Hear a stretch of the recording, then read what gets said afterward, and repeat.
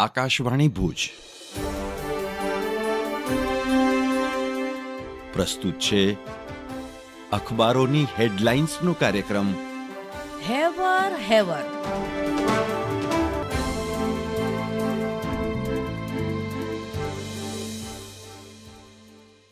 નમસ્કાર, હું મનોજ સોની. આજની દિવ્ય ભાસ્કરની હેડલાઇન છે કે BZ કૌભાંડમાં શુભમન ગિલ, મોહિત તેવટિયા સહિત 5 ક્રિકેટર પણ એકના ડબલની જાળમાં ફસાયા. ભૂપેન્દ્રસિંહ ઝાલાના કરોડોના કૌભાંડમાં 2 ડીમેટ એકાઉન્ટની વિગતો હજુ ખુલવાની બાકી.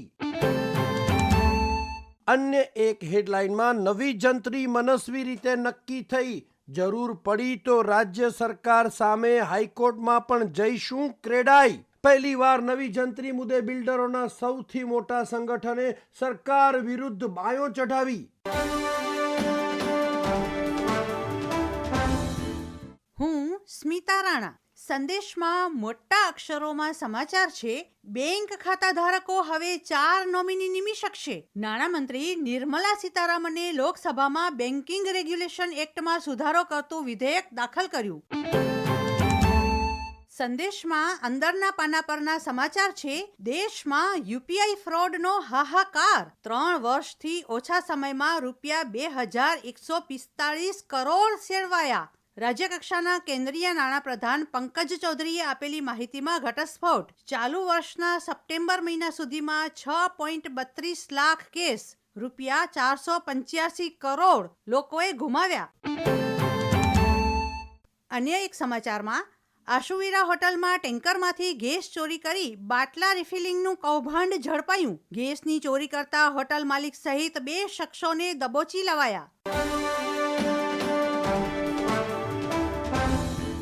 હું જયેશ રાવલ. કચ્છ મિત્રના પહેલા પાના પર હેડલાઇન છે, દક્ષિણ કોરિયામાં રાષ્ટ્રપતિએ માર્શલ લો લાગુ કર્યો.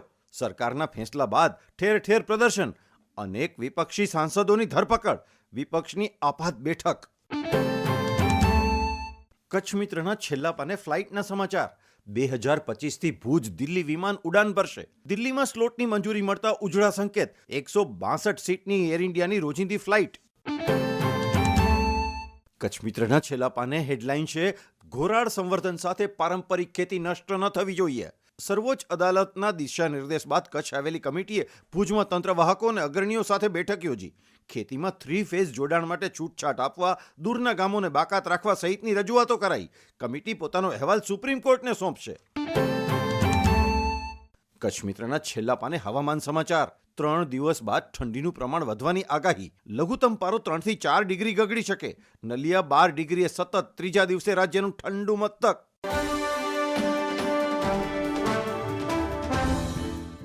હું અમી કારિયા. ગુજરાત સમાચારના અંદરના પાને આજની હેડલાઇન છે, 2021-22 થી 2024-25ની 31મી ઓક્ટોબર સુધીની વિગતો જાહેર.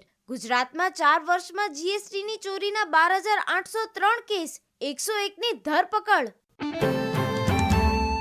અન્ય એક હેડલાઇન છે, 6 અને 7 ડિસેમ્બરે ગુજરાતના 246 તાલુકામાં રવિ કૃષિ મહોત્સવ યોજાશે. કૃષિ વિભાગનો દાવો, ઉત્સવમાં 2.5 લાખ ખેડૂતો ભાગ લેશે. ગુજરાત સમાચારના છેલ્લા પાને અન્ય એક હેડલાઇન છે, વિશ્વના સૌથી સુંદર 7 મ્યુઝિયમના લિસ્ટમાં ભુજના સ્મૃતિવનનો સમાવેશ. કચ્છના ભૂકંપ મેમોરિયલ મ્યુઝિયમને પેરિસમાં યુનેસ્કોના હેડક્વાર્ટરમાં આયોજિત સમારોહમાં એવોર્ડ અર્પણ કરાયો.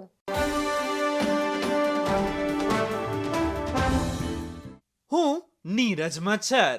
હેવરમાં વાત કરીએ મુંબઈમાં યોજાયેલા 5મા ફિલ્મફેર ઓટીટી એવોર્ડ્સ 2024ની. વીટીવી ગુજરાતીના સમાચાર. વિવેચકોની શ્રેષ્ઠ અભિનેત્રી અનન્યા પાંડે ખો ગયે હમ કહા માટે.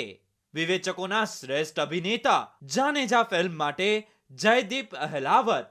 વેબ ઓરિજિનલ ફિલ્મ કેટેગરીમાં શ્રેષ્ઠ અભિનેત્રી કરીના કપૂર ખાન જાનેજા ફિલ્મ માટે. વેબ ઓરિજિનલ ફિલ્મ કેટેગરીમાં શ્રેષ્ઠ અભિનેતા દિલજીત દોસાંઝ અમરસિંહ ચમકીલા ફિલ્મ માટે. વેબ ઓરિજિનલ કેટેગરીમાં અમરસિંહ ચમકીલા ફિલ્મને શ્રેષ્ઠ ફિલ્મનો એવોર્ડ, બેસ્ટ ડાયલોગનો એવોર્ડ, શ્રેષ્ઠ દિગ્દર્શક અને શ્રેષ્ઠ બેકગ્રાઉન્ડ મ્યુઝિક માટે AR રહેમાન. હીરામંડી સિરીઝમાં બેસ્ટ ડ્રામા માટે શ્રેષ્ઠ અભિનેત્રી મનીષા કોયરાલા.